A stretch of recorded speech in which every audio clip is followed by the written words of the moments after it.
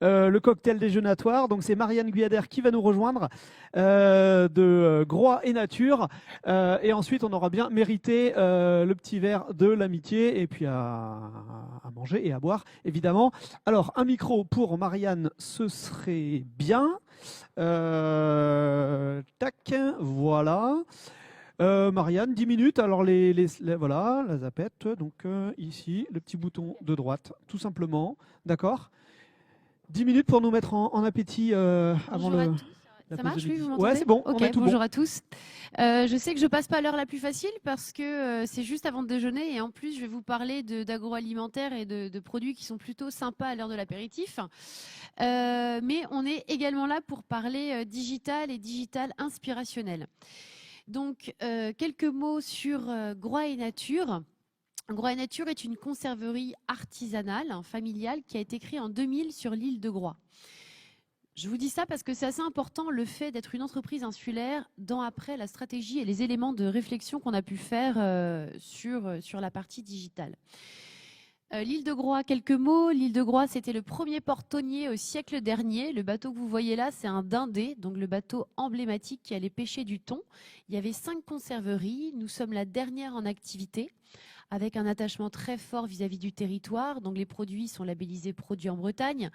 On participe à des événements plutôt sympas que vous connaissez, notamment les Vieilles Charrues. Et cet attachement au territoire va également jusqu'à un investissement dans nos partenariats et nos mécénats, et notamment avec la SNSM.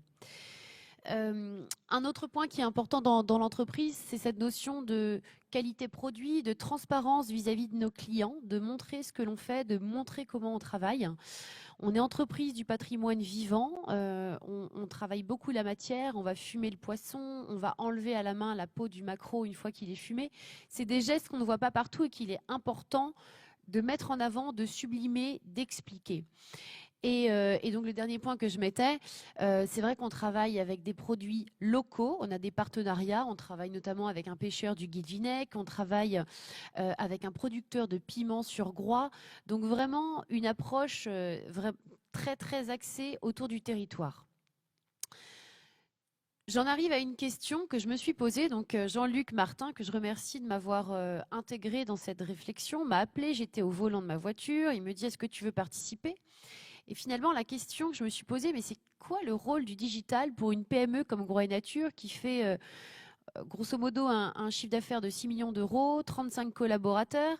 Qu'est-ce que le digital nous a apporté et en quoi on en a besoin aujourd'hui? Parce que tout le monde en parle, mais dans la réalité, comment on doit pointer, nous, notre stratégie et notre interaction vis-à-vis du digital.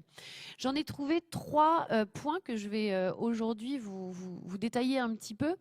Le premier, c'est faire rayonner les valeurs de l'entreprise. Comme vous l'aurez compris, il y a un mot qui est un petit peu marketé, la storytelling. Chez nous, elle est réelle, c'est-à-dire qu'elle n'est pas inventée, ce sont des choses qu'on vit au quotidien. Et il y a une remarque que j'ai eu beaucoup à l'issue des rendez-vous avec des clients. Le rendez-vous se passe très bien, les clients très sympas, et en fin du rendez-vous, ils me disent mais en vrai, où est-ce que vous faites vos produits? Je me dis mais c'est dingue quand même. Pourquoi on n'arrive pas à faire comprendre qu'on produit vraiment sur une île? Le deuxième point, c'était créer une interaction directe, créer une émotion pas que nos clients, mais nos parties prenantes d'une façon plus globale. Et enfin, c'est un levier de croissance au niveau du B2C. Donc aujourd'hui, on ne faisait que du B2B. Et grâce au digital, on a démarré cette démarche au niveau du B2C. Pour vous dresser le contexte, aujourd'hui, donc on est présent sur 3 types de flux au niveau digital. On a Instagram, Facebook et notre site internet qui est un site marchand. On a démarré en décidant dès le départ qu'on n'allait pas acheter des fichiers, qu'on voulait avoir des vraies personnes qui allaient liker nos publications et les commenter. Et ça, c'était aussi dans notre enjeu et notre engagement vis-à-vis de la transparence. En interne, on a une personne qui est en charge de cette partie digitale, qui a aussi pour mission d'animer les réseaux. Et on s'est rendu compte très vite que pour aller dans le digital, il y avait une énorme rigueur à avoir. Donc on a un vrai planning digital, on a une sélection des réseaux que l'on travaille. On voit qu'il y a beaucoup de réseaux qui vont répondre à des cibles différentes. Je ne vous dis pas qu'on cible tous les clients potentiels et toutes les cibles que l'on souhaiterait toucher aujourd'hui. Mais simplement, le message, c'est que le digital prend du temps, le digital s'organise. Et nous, à notre taille de structure, aujourd'hui, on a décidé de vraiment sélectionner ces 3 leviers. Quelques chiffres. Donc, le site internet qui est en évolution de plus 33%, c'est un chiffre qui est important et je vais vous expliquer aussi pourquoi on est arrivé à ce niveau. Alors le premier point, faire rayonner les valeurs de Groix et Nature. Les valeurs de Groix et Nature sont l'attachement au territoire, l'intégrité des parties prenantes, l'engagement de nos produits. Les visuels que vous voyez là sont des visuels que l'on a positionnés sur les 3 réseaux, à savoir Insta, Facebook et sur notre site internet. On a une partie blog sur laquelle on va relayer les posts et sur laquelle on va aussi écrire du contenu qui est plus développé. L'attachement au territoire, vous le voyez par rapport à des photos de l'île. Ce sont d'ailleurs dans les posts les plus likés, les plus plébiscités, montrer qu'on est sur le lieu, qu'on est engagé vis-à-vis de notre territoire. Pour créer de l'interaction et pour communiquer autour des valeurs de Groix et Nature, on peut également organiser des jeux concours avec nos partenaires, ce qui fonctionne très bien. Et ensuite, concernant l'intégrité des parties prenantes, au niveau du visuel, ce qu'on souhaitait, c'était montrer le geste. Donc, c'est des photos dans l'atelier de production. Par rapport à notre démarche RSE, c'est aussi des photos et des petits tutos de ce qu'on peut donner comme seconde vie à nos petits pots de rillettes. Et enfin, l'engagement de nos produits, c'est aussi un formidable espace de communication pour justement mettre en avant des labels. Je parlais d'entreprises du patrimoine vivant. On a récemment été labellisé Collège culinaire de France. Donc, ça crée aussi un temps d'échange et d'interaction. Tout comme par rapport à notre savoir-faire, sur la photo en bas à droite, vous avez des ormeaux qui sont élevés sur l'île de Groix et qui sont marinés au piment qui est lui aussi cultivé sur Groix. Et tout ce message-là, on ne pourrait pas atteindre le consommateur final et nos parties prenantes si on n'était pas en capacité de pouvoir faire rayonner ces éléments à travers les réseaux sociaux. Alors là, ça allait très vite. Hop, je reviens, c'est bon. Hop. Là, il y a une vidéo à lancer, donc voilà, je vous montre juste à travers une vidéo la dimension d'interaction que l'on peut créer sur les réseaux sociaux. La base qu'on visite Lorient, c'est de commencer par la base, de s'imprégner de l'ambiance. Tout simplement, il y a des super restos, on peut aller sur les pontons pour voir les trimarans de course au large qui sont là comme ça juste à côté, on peut presque les toucher. Et c'est un lieu chargé d'histoire. Tu te verrais faire de la course au large et traverser les mers et les océans? Franchement, là-dessus, non. Bon, ce que je te propose, c'est plutôt d'aller à Groix sans quitter la terre ferme. Ça, c'est une bonne option. Hein. Là, je veux bien te suivre. Moi, je fais du shopping. Et moi, toi? je pars en cuisine, Et c'est ben ça? voilà, en cuisine. Vous cuisinez des produits locaux? Au maximum. Sur les dernières cartes, on utilisait les algues pour mariner du poisson. Là aujourd'hui, on va utiliser le caviar marin carotte wakame qui s'accompagne très bien avec le thon, du thon blanc germant pêché là sur nos côtes. Donc première étape de notre recette. Carotte wakame, je verse dans le cul de poule. Marianne, cette boutique elle est géniale parce que vous faites venir des produits de l'île de Groix sur le continent. Exactement, c'est vraiment l'île de Groix qui vient à toi. Donc là, on retrouve tout le savoir-faire des artisans, des producteurs groisillons. Les caramels de l'île de Groix, les biscuits de chez Tige d'Ibraise. On a aussi le rhum, le bœuf des fiens qui est fait dans le bar Petit Bedeuf qui est un bar et un endroit emblématique sur l'île. Je verse tout, chef? La totalité. On va utiliser un vinaigre de miel de blé noir. 3 cuillères à soupe. Un tout petit piment que j'ai mis là. Je peux remélanger, on va essayer de l'écraser un petit peu, voilà. Et ici, d'un point de vue artistique, tu as Jeanne qui a fait un jeu d'essai de famille qui reprend vraiment tous les lieux emblématiques de Groix.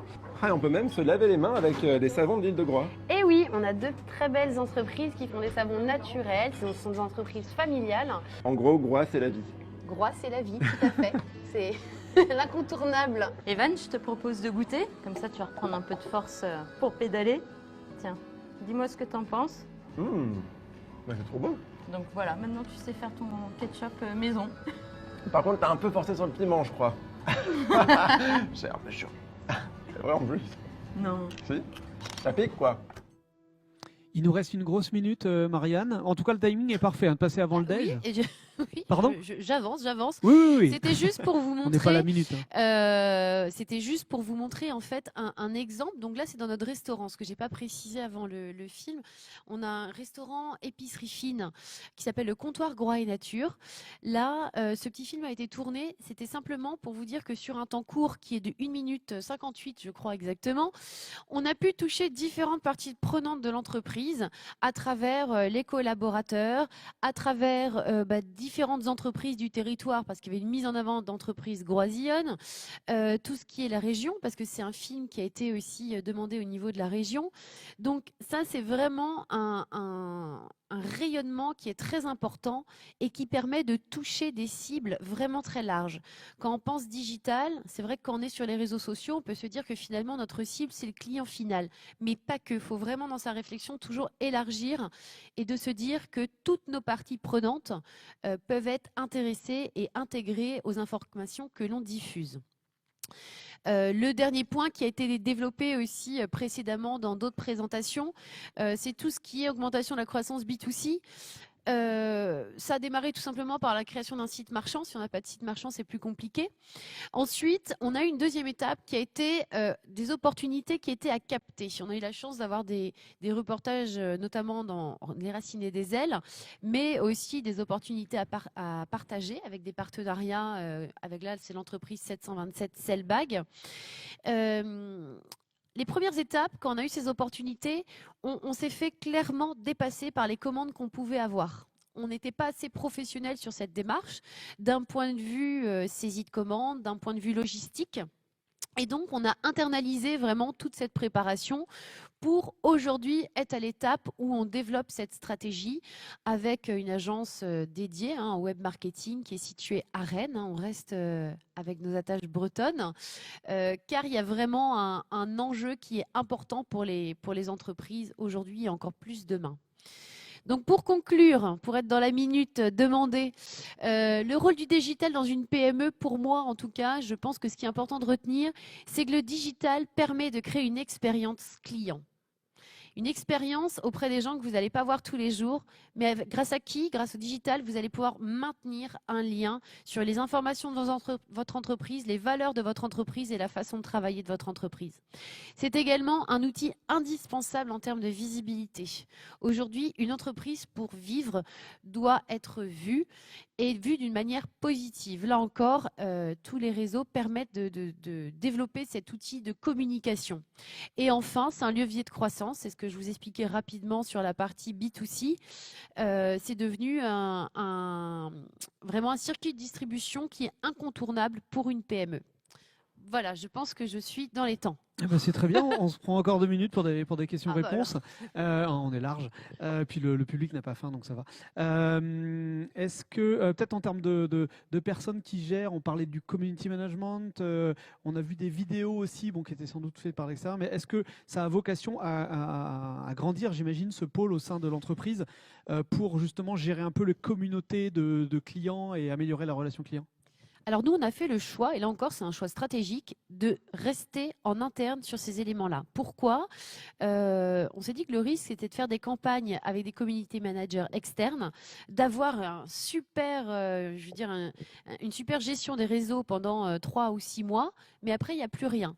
Donc c'est vraiment en interne, et là, c'est de faire monter des compétences en interne pour pouvoir être de plus en plus efficace sur nos publications et les présentations. Mais la plupart des photos que vous voyez ou des petits films qu'on peut diffuser sont réalisés en interne. Très bien. Est-ce que ça vous inspire? Tout à l'heure, on a vu par exemple Antonin qui parlait des outils qu'il utilisait un peu en interne pour améliorer l'efficacité, répartir la tâche, etc. Est-ce que c'est des choses qui vous regardez d'un coin de l'œil?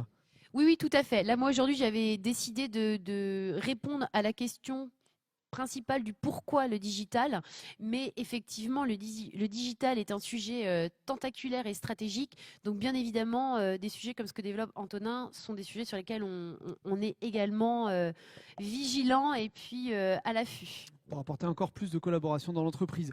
Je vous propose qu'on s'arrête là pour cette première matinée.